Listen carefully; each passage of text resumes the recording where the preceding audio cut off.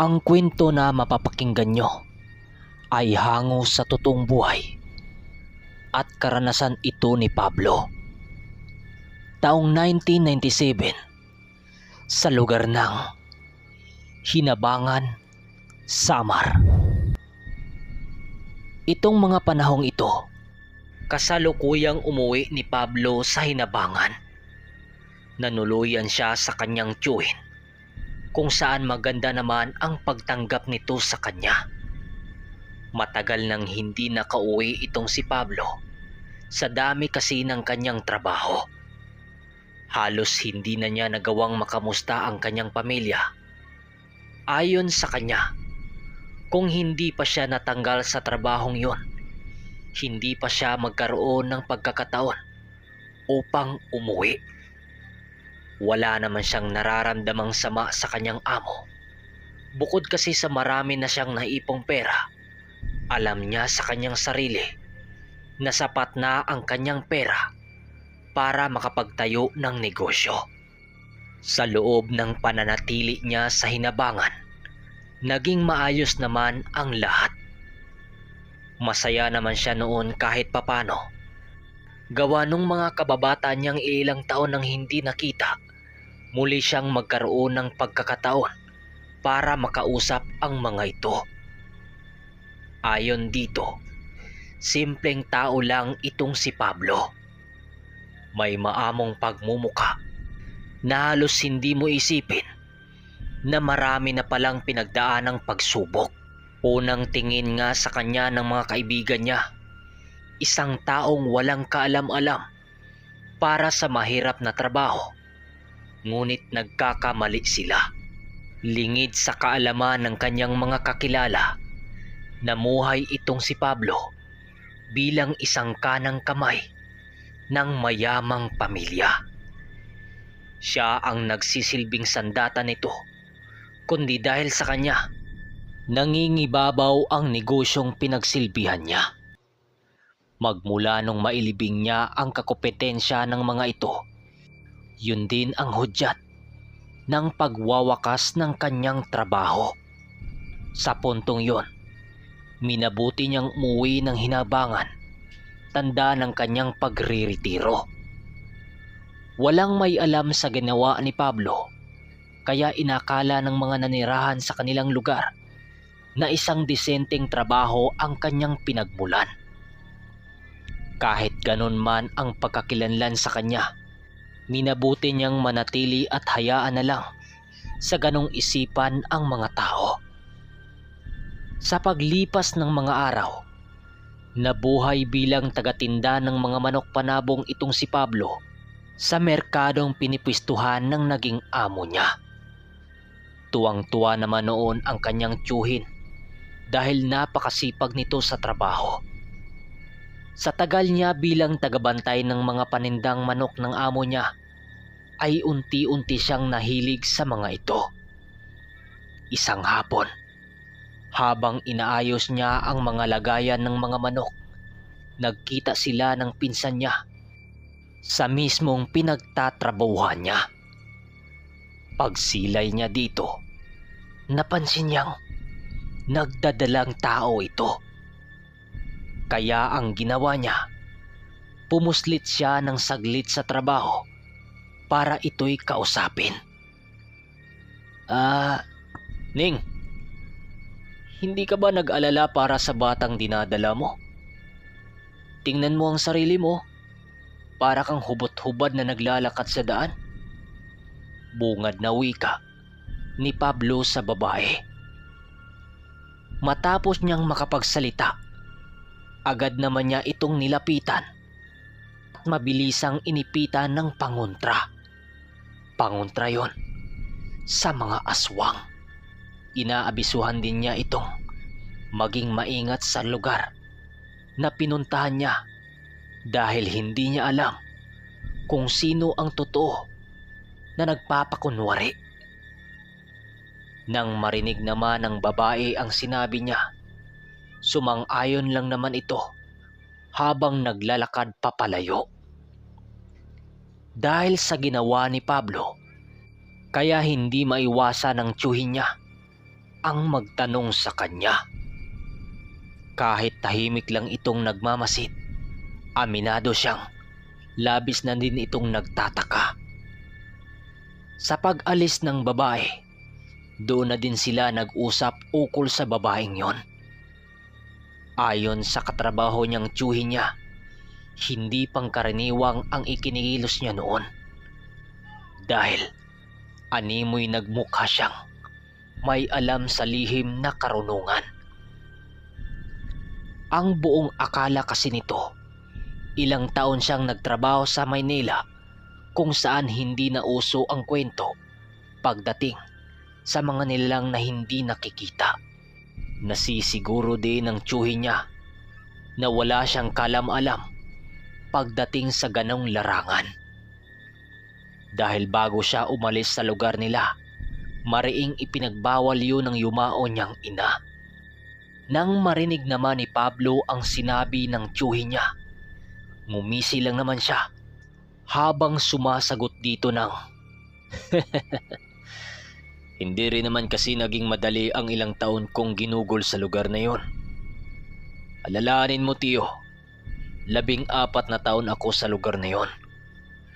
Marami akong nakikilalang taong may ganitong kaalaman na siyang pilit kong matutunan. Dahil sa kanyang sinabi, wala namang nagawa ang tiyuhin niya kundi ang ngumiti. Matapos ang pag-uusap nila, minabuti nilang ipagpatuloy ang kanilang ginagawa habang hindi pa sila nakikita ng amo nila. Habang kasagsagan sa pagbibinta ng mga manok panabong itong si Pablo, meron siyang nararamdamang kakaiba na umaligid sa paligid nila. Partida, maraming tao yon. Nung una, ipinagsawalang bahala pa niya ito. Subalit lumaon, nang pabalik-balik na presensyang yon, doon na siya napaisip na merong hindi tamang nangyayari. Nagparamdam lang kasi sa kanya ang ganong uri ng aura sa oras na merong malapit ng mamatay sa kinaroonan niya. Upang makumpirma ang kanyang kutob, napag-isipan naman niyang sumilip sa kanyang bulsa kung saan naroon ang langis na palagi niyang dinadala. Pagsilay niyang kumukulo ito, napamura na lang siya habang mabilisang tumayo. 3 oras niyang iniikot sa baryo ang kanyang paningin, ngunit hindi niya matuntun ang kinaroroonan ng mga ito.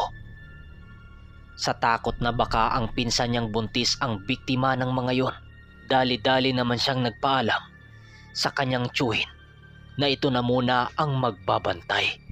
Hindi naman yun tumutol sa kanyang nais dahil kahit papano, nagampanan naman ni Pablo ang kanyang trabaho. Makalipas lamang ang ilang minuto niyang paglalakad, nadapo na nga siya sa bahay ng babae. Unang bumungad sa kanya ay ang asawa ng pinsan niya. Pagsilay nito sa kanyang papalapit, agad naman siyang sinalubong nito ng nakangiti. Nag-usap lang sila ng bahagya, sabay pasok sa loob ng bahay para maalis ang kanyang pag-alala. Tinanong niya ito kung maaari ba siyang maglagay ng pangontra sa bahay nito nang siyang pumayag naman. Inaabisuhan din niya ito na mas magandang maglagay ng ganong mga bagay sa loob gawa ng buntis ang kanyang asawa. Matapos naman yung marinig ng lalaki, hindi naman ito tumutol. Nakadahilanang aminado din ito na hindi pala sila nagpapakonsulta sa mga albularyo. Nang marinig naman niya ang sinabi nito, mariin naman niya ditong inilahat kung paano kaimportante yun para sa buntis ang magpakonsulta sa mga batikang albularyo. Sa patuloy ng pag-usap nila, doon niya napag-alaman na palagi palang nakukunan ang asawa nito. Ayon sa pahayag ng lalaki, 3 bisis na yung nagbuntis, subalit walang nabubuhay. Ang pinakamatagal na buwan na pagdadalawang tao nito ay nasa 5 buwan lamang. Dagdag pa nito, wala silang kalam-alam sa mga nangyayari. Gawa ng nasisiguro naman niyang hindi niya pinagtrabaho ang kanyang asawa sa mga panahong yon na nagdadalawang tao ito. Nang marinig naman ni Pablo ang sinabi nito, doon niya nalaman na paulit-ulit itong inaaswang. Ang mas nakapagtataka lang, hindi ito napapansin ng mga albularyong naninirahan sa kanilang lugar. Dahil sa mga bagay na kanyang nalaman, siya na mismo ang nagpresentang tumulong sa mag-asawa. Kalakip ng kanyang pangako, sinabihan din niya ang mga ito na hanggat pwede, huwag nilang ipagsasabi sa ibang tao ang kanyang ginagawa. Matapos ang kanilang pag-uusap, agad naman siyang umalis sa tahanan nito para makapaghanda. Kinagabihan, nang makapaghapunan na sila ng kanyang tiyuhin, formal naman siyang nagpaalam ditong tutungo siya sa lugar ng kanyang pinsan. Nang marinig naman ito ang kanyang paalam, hindi naman yun tumutol sa kanyang nais. Dahil yun ang unang pagkakataon nagagala itong si Pablo ng 10 oras ng gabi. Bago siya umalis sa tahanan, kabilin-bilina naman ito sa kanya na kung abutin siya ng hating gabi roon, mas mainam na wag na lang siyang umuwi. Dagdag pa nito, wag siyang magpakampante sa lugar, lalo na't hindi pa niya kabisado ang mga taong naninirahan dito. Dahil sa sinabi nito, agad siyang tumayo bilang pagsang-ayon. Maya-maya pa, nagpaalam na din itong matulog na, kaya ang ginawa niya, pumasok sa kanyang silid para kumuha ng gamit.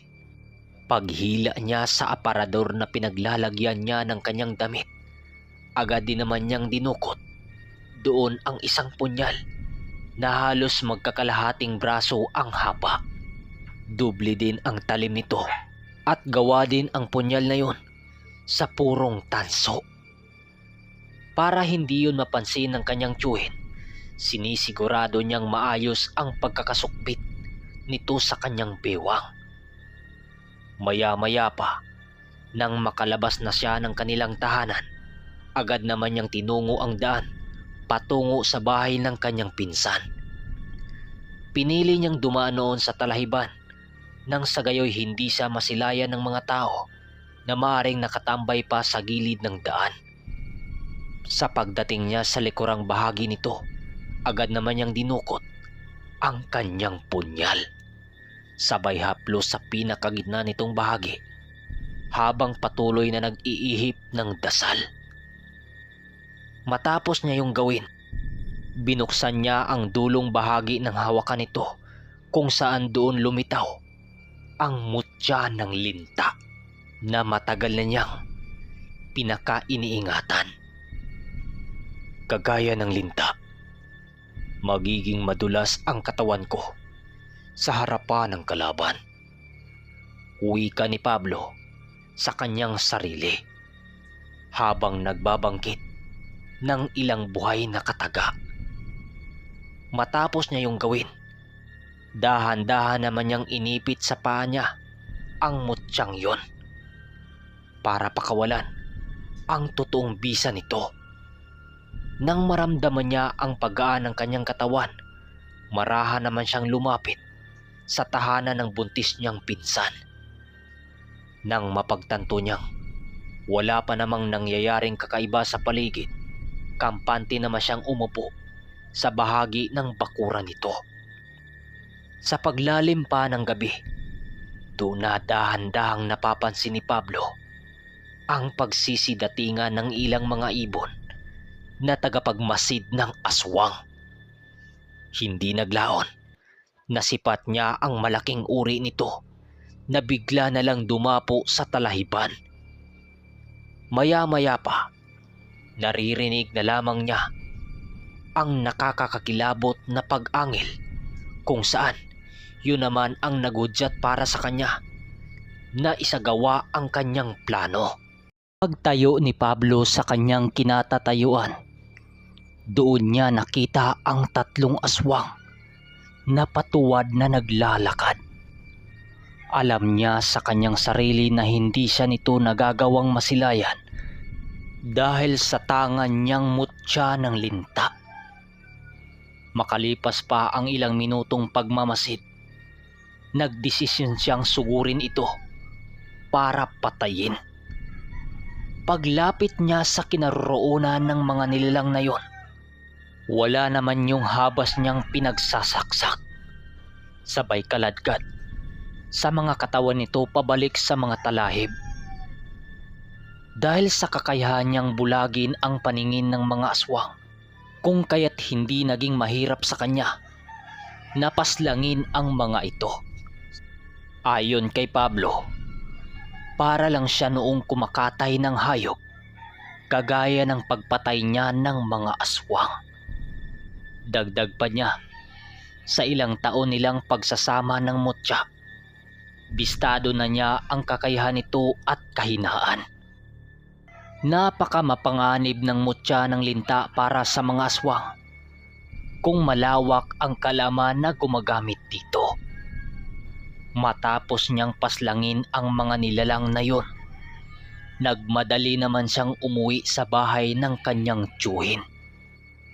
Habang binabagtas niya ang daan, biglang pumasok na lamang sa kanyang isipan ang isang responsibilidad na imposible para sa kanya na talikuran.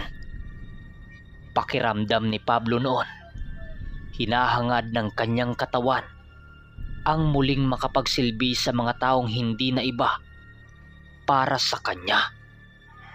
Sa isip-isip niya, kung naninilbihan siya para sa pera, bakit di niya kailangang manilbihan ng libre sa mga taong nangangailangan ng kanyang talento? Nasisiguro din niya kung ipagsawalang bahala lang niya ang kanyang nararamdaman, maaari pang dumagdag pa ang mga batang inosente na pinaslang ng mga aswang. Dahil sa mga kaisipang yun, kung kaya't wala na ngang nagawa si Pablo kundi sundin ang kagustuhan ng kanyang puso. Nang makabalik na siya sa kanilang tahanan, noon ding mismong gabi, ipinangako niya sa kanyang sarili na hindi siya titigil na hindi niya malipol ang mga masamang nilalang sa kanilang lugar. Sa paglipas ng araw, naging kilabot itong si Pablo sa panig ng mga aswang. Pakiramdam noon ng mga nilalang, gabi-gabi umiikot ang kamatayan sa lugar na yon para lipulin ang kanilang uri. Hindi naman ito pinahintulutan ng matataas na uri ng kanilang lahi, kung kaya't para mapigilan ang takot nila kay Pablo sa kanilang lugar, gumawa yun ng pangkat na susupil sa kanyang kakayahan.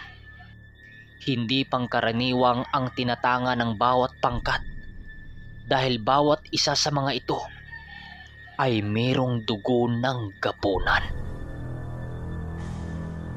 Nang mapag-alaman naman niya ang tungkol dito, hinahanap niya ng hinahanap ang mga nilalang na yon hanggang sa dumating ang puntong nagkasalubong na nga ang kanilang mga landas. Isang gabi ng Huwebes, habang naglalakad si Pablo sa masukal na daan na nagdudugtong sa 2 baryo, nasipat niya ang 10 kataong naglalakad papalapit sa kanyang kinaroroonan. Pagharap ng mga ito, bigla naman niyang napansin na nagawa na siya nitong masilayan kahit nakataas na ang bisa ng kanyang mutya. Dahil sa kanyang nararamdaman, minabuti niyang ibaba ang kanyang pananggalang upang kampanting makipag-usap sa mga nilalang.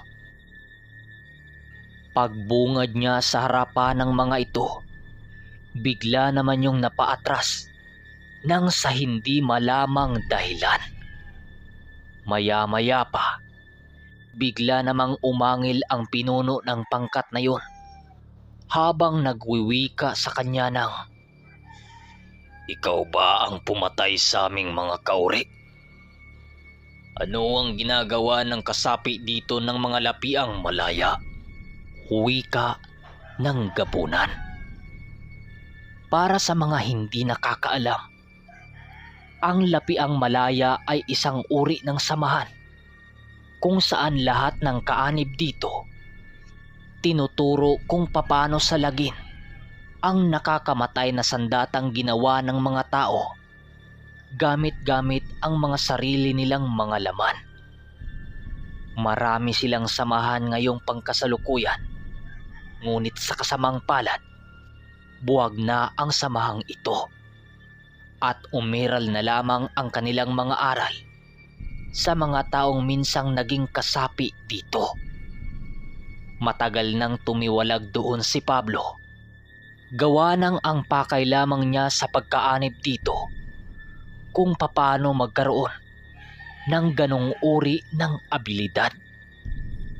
Nang malaman na niya ang sikreto nito, naglaho na lamang siyang parang bula sa samahan. Doon na rin nag-umpisa ang kanyang panunungkulan sa isang pamilyang nagbabayad ng mga mamamatay tao para paslangin ang kakupitensya nito sa negosyo. Dahil sa aral at husay ni Pablo na pumatay, kung kaya't siya lamang ang tumagal sa pamilyang yon. Sa kanyang misyon, narating na niya ang iba't ibang lugar ng Pilipinas para hanapin ang mga taong inuutos sa kanya ng kanyang amo. Matapos niyang marinig ang mga sinabi ng nilalang, napangisi lang naman siya habang sumasagot dito ng, "Hindi ko alam na malawak din pala ang saklaw ng dati kong kinaaniban. Para malaman mo, kaibigan, matagal na akong tumiwalag sa samahang yan. Subalit hindi ko maaaring ipagkaila sa iyo. Kabilang ako sa membro nilang na may husay na kakayahan ukol sa aral na kanilang sinisiwalat. Nais mong malaman? Pwede mo kong subukan. Yun nga lang, hindi ko masisiguro sa iyo kung makakaligtas ka pa sa oras na sinubok mo ang tangan ko." Dahil sa kanyang sinabi, bigla naman siyang pinapalibutan ng mga yon at kasabay nito ang buong pagsunggab nito sa kanyang kinaroroonan. Bago pa man tumalab sa kanya ang matatalas na kuko ng mga gabunan, agad naman niyang inhipa ng dasal ang mutya ng linta na siyang naging sanhi upang dumulas sa kanyang balat ang dulong parte ng kuko ng mga gabunan. Sa paglayo niya sa kinaroroonan nito, agad naman niyang itinaas ang kanyang sabulag nang sa gayoy subukang lituhin ang mga nilalang ukol sa totoo niyang kinaroroonan. Paglaho ng kanyang anyo sa harapan nito, dali-dali naman niyang binunot ang kanyang punyal at walang pagdadalawang isip na sinaksak ang isa sa mga gabunang yon. Sa pagbagsak nito sa lupa, agad naman siyang lumundag sa likod nito, sabay tahak ng daan patungo sa isa nitong kasama. Dahil sa bilis ng pagkilos noon ni Pablo, agad naman niyang napaslang ang 5 sa mga ito. Nang mapagtanto niyang kalahati na lang ang natira, nakapagdesisyon na siyang lumaban dito ng harap-harapan. Nang ibinaba na niya ang kanyang sabulag, galit na galit namang nag-aangil ang mga gabunan. Paglitaw niya sa harapan ng mga nilalang, walang habas naman siya nitong sinugod. Subalit lahat ng kanyang natatamong sugat ay mabilis din namang naglalaho. Bukod kasi sa bisa ng mutya, Gumagamit din siya ng mga katagang natutunan niya sa dating samahan niyang kinaaniban. Sapat na ang mga karunungang yun upang manatiling angat sa labanan sa mga gabunan. Sa patuloy ng kanilang pagtutuos, bakas noon ni Pablo ang paglalaro niya sa kanyang katunggali. Yung mga gabunan noon, halos mamatay-matay na sa kakasugod sa kanya. Subalit lahat ng mga atake nito, walang kahirap-hirap niyang nailagan. Dahil sa kanyang sitwasyon, kaya'y maging nag-isip ng paraan ang mga kalaban para pabagsakin siya. Sa pagsunod ng isa sa mga ito sa kinaroroonan niya, mabilis naman siyang umilag sa ginawang atake nito. Subalit hindi na niya napansin ang simpleng paglapit sa kanya ng isa pa nitong kasama. Bago pa man siya makalayo dito, nagawa na siya nitong masaksak sa baywang na siyang naging sanhi para mapasuka siya ng dugo. Paghugot ng gabunan sa matatalas nitong kuko, agad naman niya yung inundaya ng punyal sa dibdib na mabilisan namang tumagos sa likod nito. Dahil sa saksak na tinamo ng nilalang na yun, kung kaya't mabilis din naman itong nawala ng buhay.